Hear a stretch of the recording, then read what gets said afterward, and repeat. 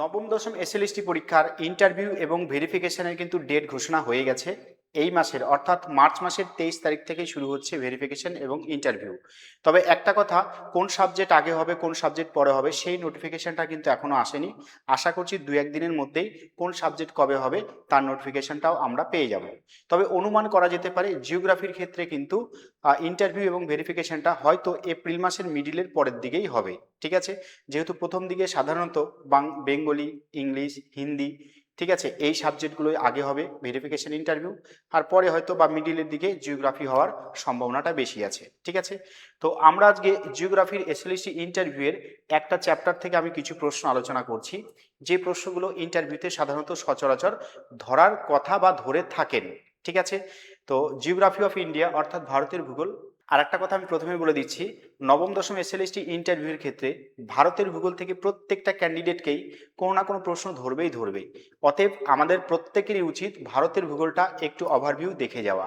ঠিক আছে, আমি ভারতের ভূগোল থেকে বেশ 5 থেকে 6টা ছোট ছোট ভিডিও নিয়ে আসবো এবং সেখানে মেন ইম্পর্টেন্ট জিনিসগুলো আমি কিন্তু আলোচনা করে দেবো ডেসক্রিপটিভ ওয়েতে। ঠিক আছে, তো সেরকমই আজকে আমরা প্রথম একটা ভিডিও ভারতের ভূপ্রকৃতি থেকে এনেছি।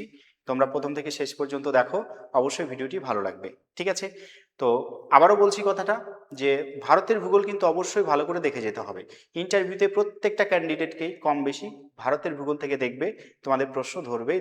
ঠিক আছে, একদম সিম্পল কোশ্চেনগুলোকেই ওনারা ধরে থাকেন। ঠিক আছে, তো প্রথমে আমরা দেখব যে ভারত আছে, ভারতের ভূপ্রকৃতিটা কি। এক কথায় ভারতের যদি আমরা ভূবৈচিত্র্য সূচক মানচিত্র বা ভারতের যদি ফিজিক্যাল ম্যাপটা দেখি, তাহলে ভারতের কিন্তু সব জায়গাতে সমভূমি নেই, সব জায়গাতে মালভূমি নেই, সব জায়গাতে পার্বত্য অঞ্চলও নেই। অর্থাৎ ভারতের ভূপ্রাকৃতিক গঠন এবং বৈশিষ্ট্য অনুসারে ভারতকে মোট 5 ভাগে ভাগ করা হয়েছে। এই 5টা ভাগ কিন্তু অবশ্যই নামগুলো জানতে হবে। অনেক সময় ওনারা কোয়েশ্চেন ধরে বসেন যে আচ্ছা ভারতের ফিজিওগ্রাফিক ডিভিশনটা কি আছে, মানে 5টা যে ফিজিওগ্রাফিক ডিভিশন আছেন সেটাই তোমাদেরকে বলতে হবে।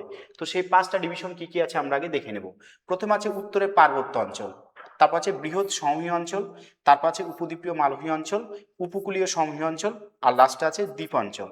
ঠিক আছে, তাহলে ভারতের ভূপ্রাকৃতিক ডিভিশনকে কয় ভাগে ভাগ করা হয়েছে, না 5 ভাগে ভাগ করা হয়েছে। তো কেউ যদি ভারতের ভূগোল থেকে ডেমো রেডি করতে চাও সেটাও কিন্তু ভালো হবে। ঠিক আছে, তো এই যে ভারতের ভূপ্রাকৃতিক যে বিভাগ ফিজিওগ্রাফিক ডিভিশন, এখান থেকে কেউ যদি ডেমো রেডি করতে চাও তাহলে তার ডেমোর হিডিং কি হবে বা কি ডেমো রেডি দিলে পরে তোমাদের ভালো হয়, আমি কয়েকটা জিনিস এখানে আলোচনা করে দেব। তো কেউ যদি বলো যে আমি ভারতের ভূপ্রাকৃতিক বিভাগকে ভাগ করে, মানে ভারতের ভূপ্রাকৃতিক বিভাগকে দেখিয়ে যে কোনো একটা বিভাগ সম্পর্কে আমি ডেমো ক্লাস দিব। ঠিক আছে, তো এইখানে দেখো যে 5টা ভাগ আছে। উত্তরে পার্বত্য অঞ্চল, এটা হচ্ছে অনেক বড়, এটার উপর কেউ ডেমো দিলে মিনিমাম 4 থেকে 5 ঘন্টা লাগবে। টোটালটা জানতে হবে, মানে টোটালটা বোঝাতে হবে, তাই কি না? তো ওইভাবে এত বড় ডিভিশন নিশ্চয়ই উচিত হবে না ডেমো টপিক সিলেকশন করা। আচ্ছা, বৃহৎ সমভূমি অঞ্চল, এটাও একটু বড় আছে, একটু দীর্ঘ সময় লাগবে। ঠিক আছে, আচ্ছা উপদ্বীপীয় মালভূমি অঞ্চল, এটা হচ্ছে সবচেয়ে বড় বিভাগ ভারতের প্রাকৃতিক ডিভিশনগুলোর মধ্যে। আর উপকূলীয় সমভূমি অঞ্চল আর একটা হচ্ছে দ্বীপ অঞ্চল। কেউ যদি চাও যে আমরা এই দুটো ইউনিটের উপরে যে কোনো একটার উপর ডেমো ক্লাস প্রেজেন্টেশন দিব, তাও কিন্তু হবে। অর্থাৎ ভারতীয় ভূপ্রাকৃতিক অঞ্চলকে বিভাগ করে আমি উপকূলীয় সমভূমি অঞ্চল সম্পর্কে ডেমো দিচ্ছি বা ডিসকাস করছি, সেটা হবে তার টপিকটা। বা দ্বীপ অঞ্চল সম্পর্কে দিচ্ছি, কিন্তু তাকে অবশ্যই এই ভারতের যে ভূপ্রাকৃতিক যে বিভাগ আছে 5টা ভাগ, 5টা ভাগ সম্পর্কে একদম পুঙ্খানুপুঙ্খ তথ্য কিন্তু থাকতে হবে। তুমি দেখা গেলো ডেমো দিলে উপকূলীয় সমভূমি অঞ্চল, তোমাকে কিন্তু উপর থেকে প্রচুর পরিমাণে প্রশ্ন ধরবে।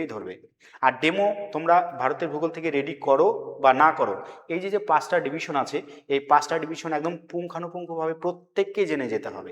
ঠিক আছে, এটা আমি অবশ্যই আমার চ্যানেলকে যারা ফলো করো, যারা ইন্টারভিউতে ডাক পেয়েছো, আমি প্রত্যেককে এটা আমি এক ধরনের জোর দিয়েই বলছি, প্রত্যেকে কিন্তু ভারতের ফিজিক্যাল ডিভিশনটা ভালো করে দেখবে। আর তার সাথে সাথে ভারতের জেনারেল যে আউটলাইন হয়, অর্থাৎ জেনারেল ইন্ট্রোডাকশন অফ ইন্ডিয়া, যেমন ভারতের উত্তর দক্ষিণের দৈর্ঘ্য কত, উত্তরতম বিন্দু, দক্ষিণতম বিন্দু, জেনারেল ইন্ট্রোডাকশন যেটা হয়, সেই তথ্যগুলো তোমাদেরকে জেনে যেতে হবে। ওকে, তো এই ক্ষেত্রে দেখো যে 5টা ভাগ আছে, তার মধ্যে তুমি যে কোনো একটা ডেমো দিতেই পারো। সেক্ষেত্রে এইটা আর এই ভাগটা তোমরা ভালো করে দেখবে। ঠিক আছে, এটা একটা গেল। আচ্ছা, আমি আজকে ডেমো টপিক থেকে মেন ছোট ছোট যে ইম্পর্টেন্ট জিনিসগুলো আছে ভারতের ফিজিক্যাল ডিভিশনের ভাগ বলতে, সেই জিনিসগুলো নিয়ে আমি আলোচনা করে দিচ্ছি। দেখবে অনেককেই এই প্রশ্নগুলো থেকে তোমাদের প্রশ্ন কিন্তু রিপিট হয়ে যাবে। ঠিক আছে, দেখো প্রথমে আমরা যেটা জানবো সেটা হচ্ছে খাদার। দেখো খাদার যখনই পড়বো তখন ভাঙার পড়তে হবে, অর্থাৎ খাদার আর ভাঙারটাকে একসাথে লিঙ্ক করে পড়তে হবে। খাদারটা আমরা কি জানি যে না, গাঙ্গেয় সমভূমির নবীন পলিমাটিকে বলা হয় খাদার। ঠিক আছে, তাহলে ধরো গঙ্গা নদী এভাবে প্রবাহিত হয়েছে গঙ্গার তীরবর্তী অঞ্চল, অর্থাৎ যখন বন্যা হয় তখন তার পার্শ্ববর্তী অঞ্চলে প্রতি বছর কি হয়, পলি জমা হয়, অর্থাৎ নদীর তীরবর্তী অঞ্চল, অর্থাৎ গঙ্গা নদীর তীরবর্তী অঞ্চলে যে প্রতি বছর বন্যার ফলে যে নবীন পলি তৈরি হয়, সেই নবীন পলি মাটিকে আমরা কি বলবো, খাদার বলবো। আর ভাঙারটা কি বলবো, গঙ্গা নদী থেকে অনেকটা দূরে যেখানে অনেক দিন পর পর বন্যা হয়, ঠিক আছে, দীর্ঘ অনেক বছর পর পর বন্যা হয়, তারপরে পলি জমা হয়, সেই পলিটা কি হয়, প্রাচীন হয়। অর্থাৎ গঙ্গা নদী থেকে দূরবর্তী স্থানে প্রাচীন পলিমাটিকে আমরা কি বলবো, সেটা হচ্ছে ভাঙার বলবো বা ভাঙর বলবো।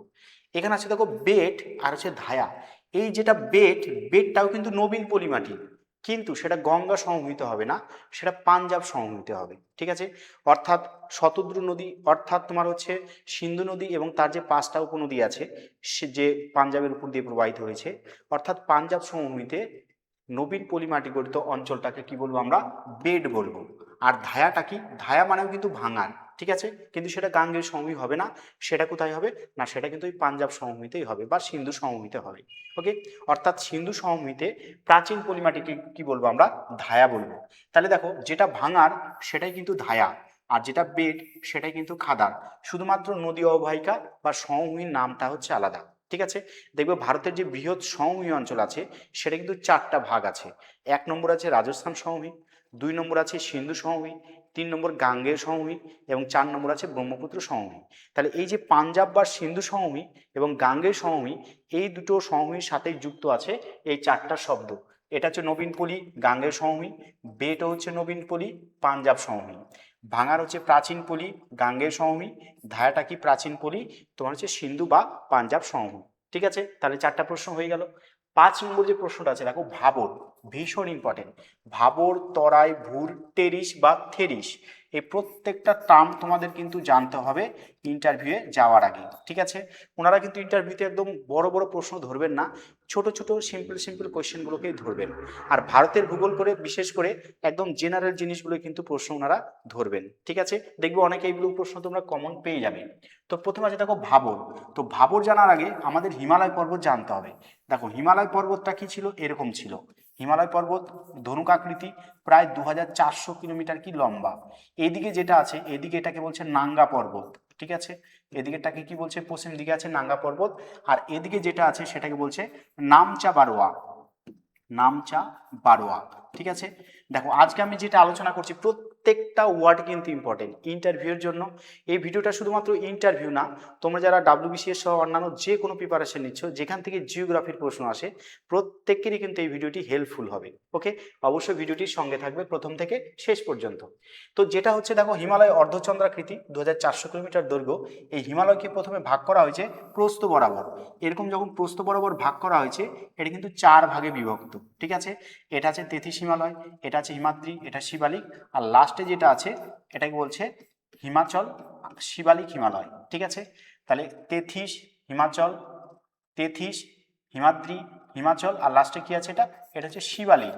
ঠিক আছে, শিবালিক হিমালয়টা কি একদম সবার শেষে আছে, তাই কি না? তো এই ক্ষেত্রে কি হয় দেখো, আমরা যেটা পড়বো সেটা হচ্ছে ভাবরটা জানবো, ভীষণ ইম্পর্টেন্ট। ভাবর, গাঙ্গেয় সমভূমি, ঠিক আছে, তরাই, এগুলো কিন্তু প্রত্যেকটার সাথে লিঙ্ক আছে। আমি একটা ভিডিওর মাধ্যমে অনেকগুলো দিচ্ছি।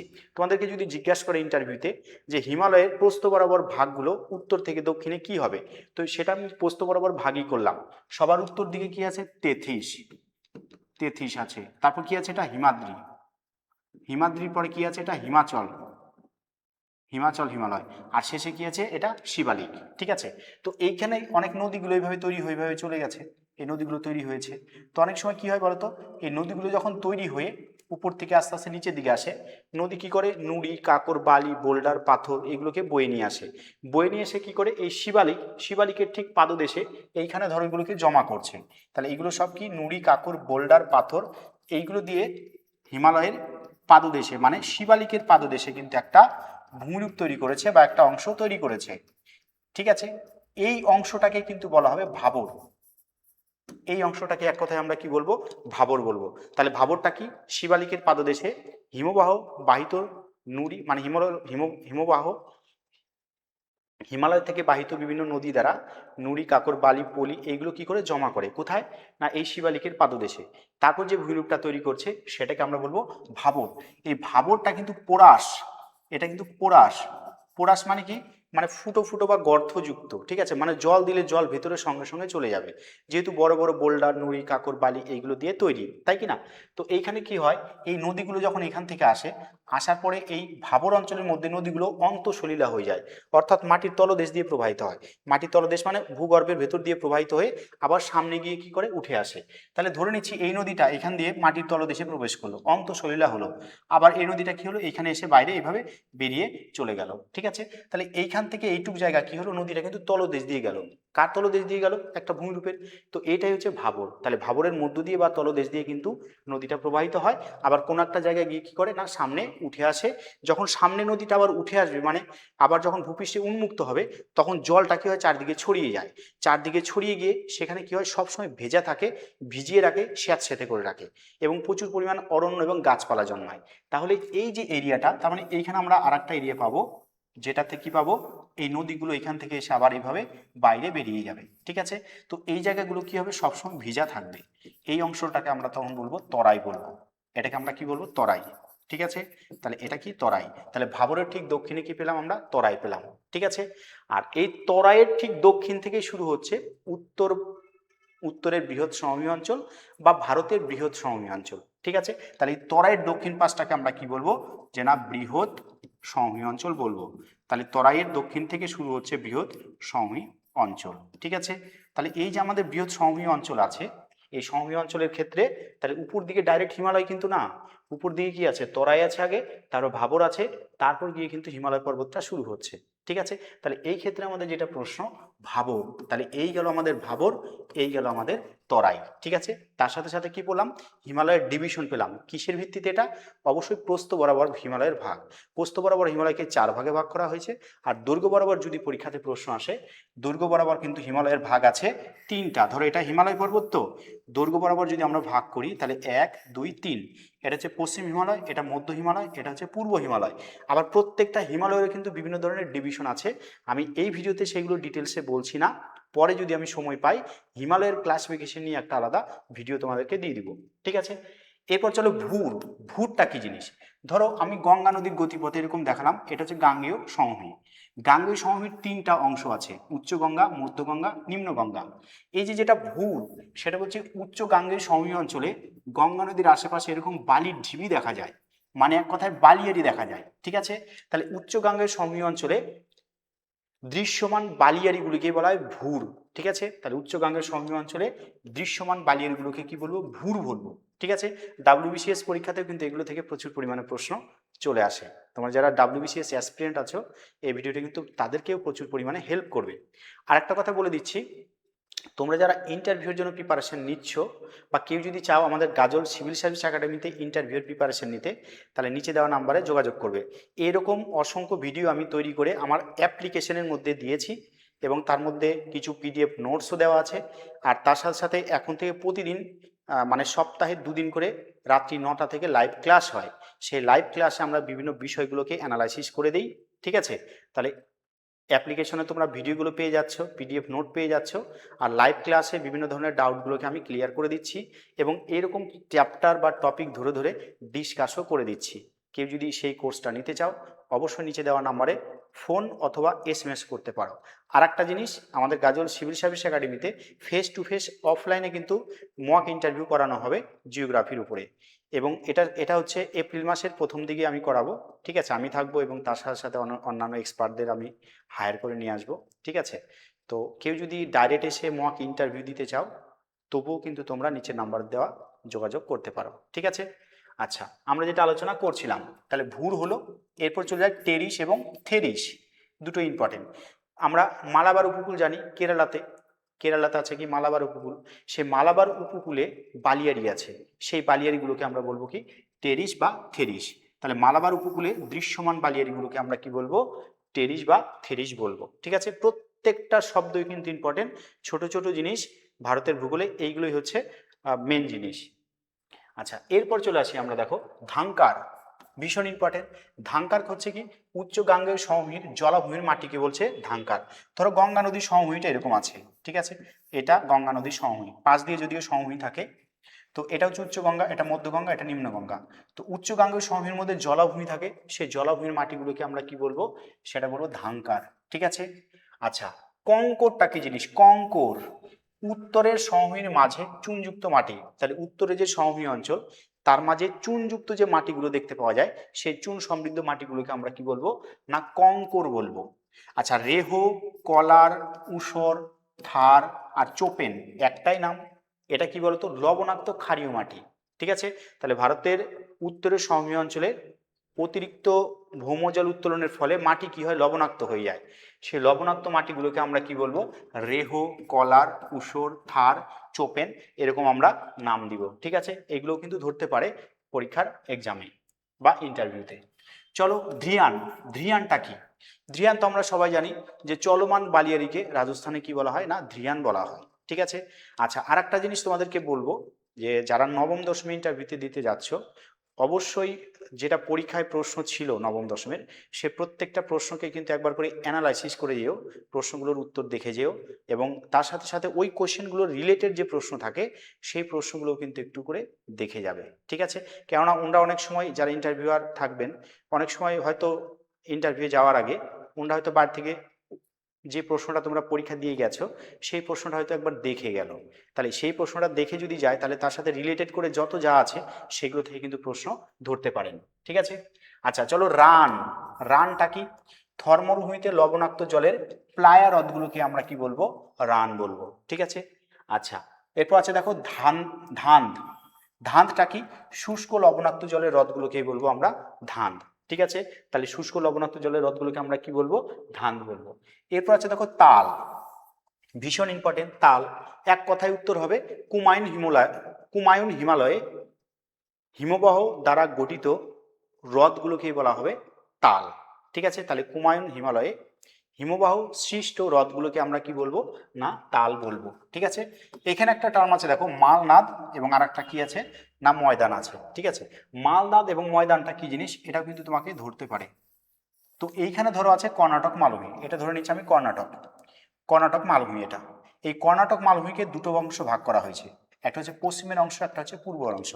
যেটা পশ্চিমের অংশ, সেই পশ্চিমের অংশে কি হয় বলতো, দেখো এখানে আছে পশ্চিম ঘাট পর্বত, এটা এটা পশ্চিম ঘাট পর্বত, এটা হচ্ছে পূর্ব ঘাট পর্বত। তো পশ্চিম ঘাট পর্বতে দেখো অনেকটা কাছাকাছিতে আছে এই কর্ণাটক মালভূমির পশ্চিম অংশ। তাহলে এই কর্ণাটক মালভূমির পশ্চিম অংশ কি হয়, পাহাড়ি দেশ, উঁচু নিচু ঢেউ খেলানো হয়, সেটাকে আমরা কি বলবো, সেটাকে বলবো মালনাদ, ঠিক আছে। মালনাদ কথার অর্থই হচ্ছে পাহাড়ি দেশ। আর ময়দানটা কি, দেখো কর্ণাটক মালভূমির এই পূর্ব প্রান্ত, এটা কি বলতো, অনেকটা প্রায় সমতল ভূমির মতো, ঠিক আছে। মৃদু ঢেউ মানে মৃদু উঁচু, মানে প্রায় সমতল, ময়দানের মতো, তো এটাকে আমরা কি বলবো, নাম ময়দান বলবো। তাহলে কর্ণাটক মালভূমির কয়টা অংশ, কর্ণাটক মালভূমির দুটো অংশ, একটা মালনাদ আর একটা হচ্ছে ময়দান, ঠিক আছে। এর সাথে সাথে আমি আরো কিছু জেনারেল ইনফরমেশন বলে দিচ্ছি ফিজিওগ্রাফিক ডিভিশন থেকে, যেটা পরীক্ষাতে ধরতে পারে, ঠিক আছে। একটা হচ্ছে এই যে পশ্চিম ঘাট পর্বত, এই পশ্চিম ঘাট পর্বতটা কোন ধরনের পর্বত, না এটা কিন্তু একটা তীর্যক স্তূপ পর্বত, ঠিক আছে। আর এই যে পূর্ব ঘাট পর্বত আছে, এটা কি, এটা কিন্তু ভঙ্গিল পর্বত, এটা উৎপত্তিগতভাবে ভঙ্গিল পর্বত, কিন্তু বর্তমানে এটা একটা ক্ষয়জাত পর্বতের অংশ, ঠিক আছে, বা ক্ষয়জাত পর্বতে পরিণত হয়েছে। পশ্চিম ঘাট পর্বতের সর্বোচ্চ অংশের নাম বা সর্বোচ্চ শৃঙ্গের নাম আনাইমালাই পর্বতের আনাইমুদি। আর পূর্ব ঘাট পর্বতের সর্বোচ্চ শৃঙ্গের নাম কি, সেটা কিন্তু মনে রাখবে তোমার হচ্ছে জিন্দাগাদা, ঠিক আছে। তাহলে পূর্ব ঘাট পর্বতের সর্বোচ্চ শৃঙ্গের নাম হচ্ছে জিন্দাগাদা, আর পশ্চিম ঘাটের সর্বোচ্চ শৃঙ্গের নাম কি হবে, না আনাইমালাই পর্বতের আনাইমুদি হবে, ঠিক আছে। তো এই ক্ষেত্রে দেখো পূর্বঘাট যে পর্বতটা আছে, পূর্বঘাট পর্বতমালা কিন্তু ডাইসেক্টেড, দেখো কাটা কাটা আছে। এর কাটা কাটা প্রধান কারণ হলো এইখানে অসংখ্য নদী এইভাবে প্রবাহিত হয়েছে, যেমন মহানদী, গোদাবরী, কৃষ্ণা, কাবেরী, এই নদীগুলো প্রবাহিত হয়ে হয়ে কি করেছে, এটাকে কেটে কেটে ভাগ করে দিয়েছে। তাই পূর্বঘাট পর্বত কিন্তু অনেকটা খাপছাড়া খাপছাড়া ডাইসেক্টেড, কিন্তু পশ্চিম ঘাট পর্বত কিন্তু সেরকম ভাবে ডাইসেক্টেড বা কাটা কাটা হয়নি, অনেকটা কি আছে, একদম কন্টিনিউয়াস আছে, ঠিক আছে। আচ্ছা, তাহলে এইটুকুই ছিল আমাদের প্রথম ভিডিও। এরপর আমি এরকম আরো কয়েকটা শর্ট ভিডিও শুধুমাত্র ভারতের ভূগোলের উপর টোটালটা আমি কভার করিয়ে দিব, ঠিক আছে। আবারও বলছি, কেউ যদি আমাদের সাথে মক ইন্টারভিউ দিতে চাও বা কেউ যদি ইন্টারভিউ গাইডেন্স নিতে চাও, নিচে দেওয়া নাম্বারে যোগাযোগ করতে পারো। ঠিক আছে, ধন্যবাদ সবাইকে।